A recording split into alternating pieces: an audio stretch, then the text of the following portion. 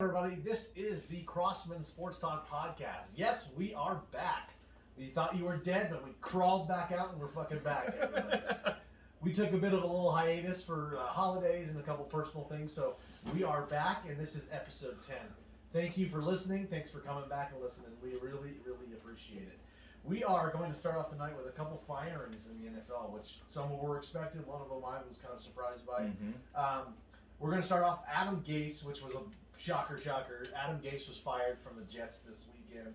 9-23 in his two seasons with the New York Jets. This year alone, 2-14, not so good. The Jets are just a struggling franchise right now. 10th straight season without reaching the playoffs. 5 straight seasons of just having a losing season. This year alone, they've been outscored 214 points for their opponents. Oof. It's going to be rough. Was that to be expected, guys? I think Gase was definitely to be expected. Honestly, I think it backfired on him because rumor was that the reason he didn't get fired halfway through the season, because teams play harder for a fill-in coach, that they wanted the number 1 pick, so they were going to let him ride to the end of the season, and I think it backfired on him. Winning those 2 games screwed him out of the number 1 pick in Trevor Lawrence. But I don't see how that wasn't expected.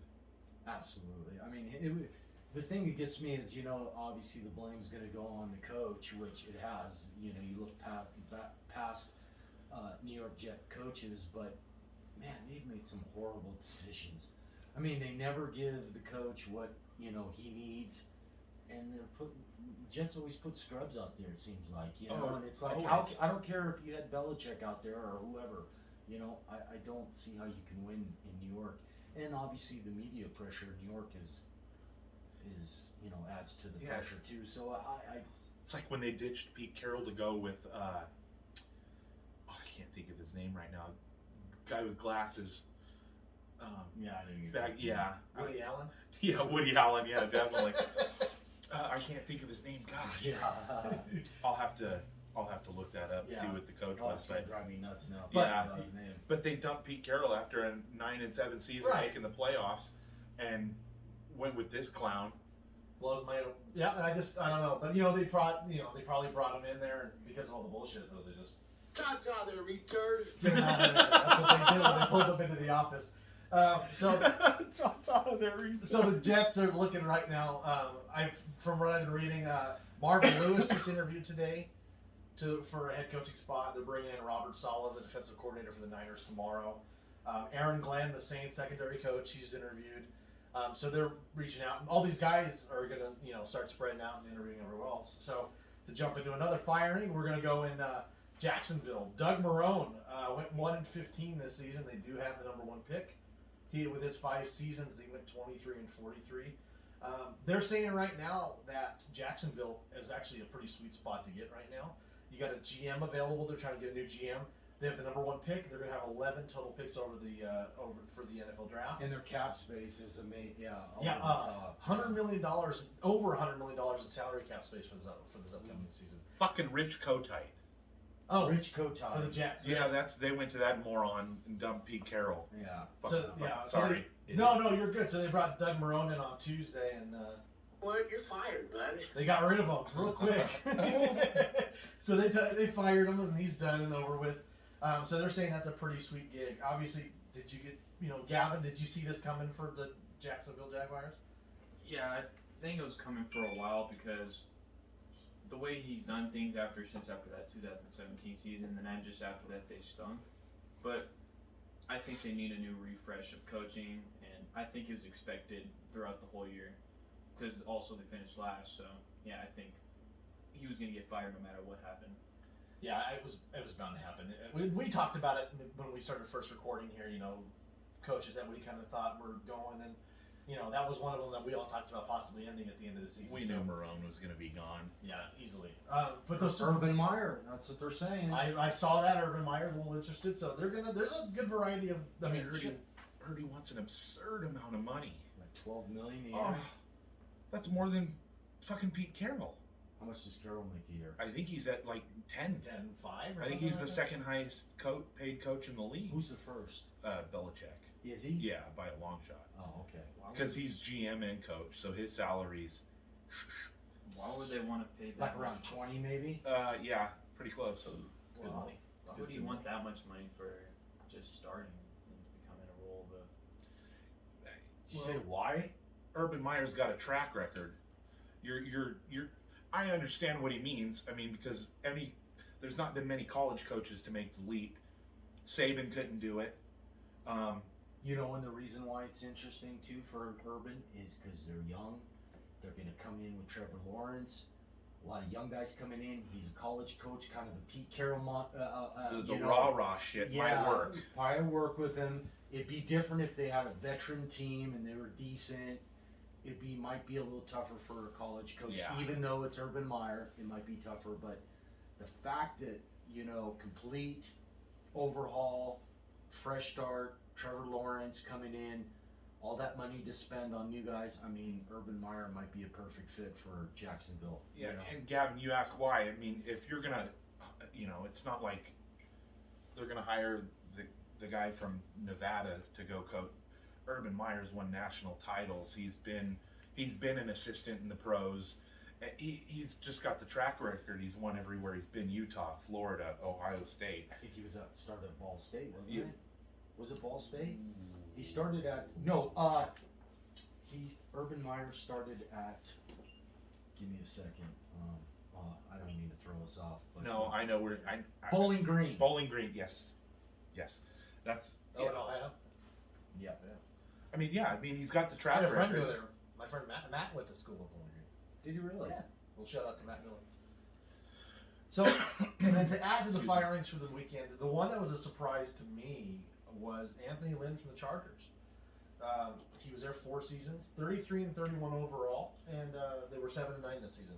Well, they ended with a 4-game winning streak, and they brought him in on Tuesdays. Dean Spano, they brought him in and let him go. I think the thing that killed Anthony Lynn was management of the team late in games, because how many games did the Chargers, with 4 or 5 games, they lost last possession?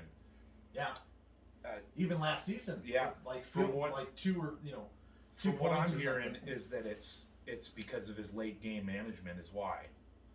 But I mean, if you're looking for a job, man, it's Jacksonville or San Diego. I mean, I'm San Diego, Right. Los Angeles Chargers. I mean, I'd go with the Chargers. Herbert's a stud. I heard San Diego's going to reach out to Urban Meyer too, because with Herbert being a young, that's true. young guy. I mean, I think to be honest with you, yeah, Jacksonville obviously all those draft picks, money to spend, Trevor Lawrence coming in.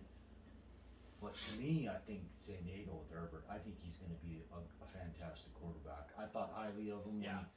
I think San Diego is a very attractive team.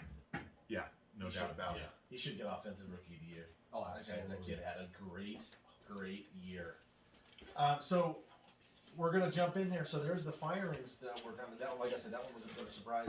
But there's also, there's gonna be the vacancies with that, and now you're also gonna be looking at the Lions, the Falcons, and the Texans are all gonna be looking for new coaches too. Yeah. Those are all openings that happened during the middle of the year. People were available, so there's 6 teams right now. You got people looking out there. So I am surprised. The one coach I'm surprised that did not get talked about, I really thought had a chance of getting fired, was coach from the Vikings. I thought so too. I really thought he was going to get canned. Mike Zimmer? Mike Zimmer. Didn't you think he was Zimmer. going to? Yeah, I think the only reason is because of the overhaul he put onto the defense, letting everybody go and then drafting all those guys young, expecting it to work out. I don't know. He had a bad year. You never know. Minnesota's defense was shit this year, Yeah, they were. and usually Minnesota's defense is what keeps them afloat. Yeah. Didn't they? Because was it also a showing of that Saints game when everything Yeah. that the Saints did Minnesota could not stop, especially Alvin Kamara couldn't stop the running game at all. Yeah. Not many people can stop Kamara. But yeah, I agree, Pat. I was really expecting it on Black Monday for them to get rid of Zimmer too. But they have another season like they did this year, and he's got to be gone next year. It's just got to happen. I don't know. Yeah. Something's got to change there, and they've had a couple bad seasons, and I don't know. We'll see. But we're gonna jump into the Seahawks defeated the Niners on Sunday, 26-23. Should have been, it was 26-16 with the garbage time, and all that roll. Yeah. But there was a couple things that happened. Seattle is now going into the playoffs at 12-4. Last time they were 12-4 was the 13th season when they beat the Denver Broncos in the Super Bowl. So could be good. We'll see what happens. Fingers crossed. But only the 5th time in franchise history. It's fantastic. It's another good season. It was weird because with the talk and the struggles of the season and here and there and just back and forth and everything in the off season, they still ended up 12-4, and that's a good achievement to have regardless. I give kudos in one way. I give kudos to because we talked in the middle of the season of how horrible remember after the beginning of the season how horrible their defense was, and we're like, oh, how could he hold on to Norton and stuff like that? But to make that big of a switch, because usually that don't happen. If somebody stinks at the beginning of the season, they may improve a little bit, but Seattle improved dramatically from the beginning of the year how they were playing. And a lot of it, I guess, has to do new guys coming in, trying to find everybody's fit, trying to fit Adams, what he does. Young linebacker Brooks was a little off, but now he's playing great. So some of these guys. So I think maybe they just had to find their niche, and if it was Norton, kudos to him because we blasted him at the beginning of the year. It was like, oh my God, this is horrible. How could you, Right. So kudos to them. Kudos to guys like Bobby Wagner and KJ Wright, the veterans. Maybe they, help pull the, make the turn. So I think we'll see if it translates to the playoffs. It has to, to win in the playoffs. They got to be playing that type of defense, period. Because if those stats up on Sunday, the first half of the season to the second half of the season defensive ranks, we were in the 30s, late 20s, early 30s on everything, and then now we're in the top 3 on everything. I mean, it's a dramatic change. But honestly, I think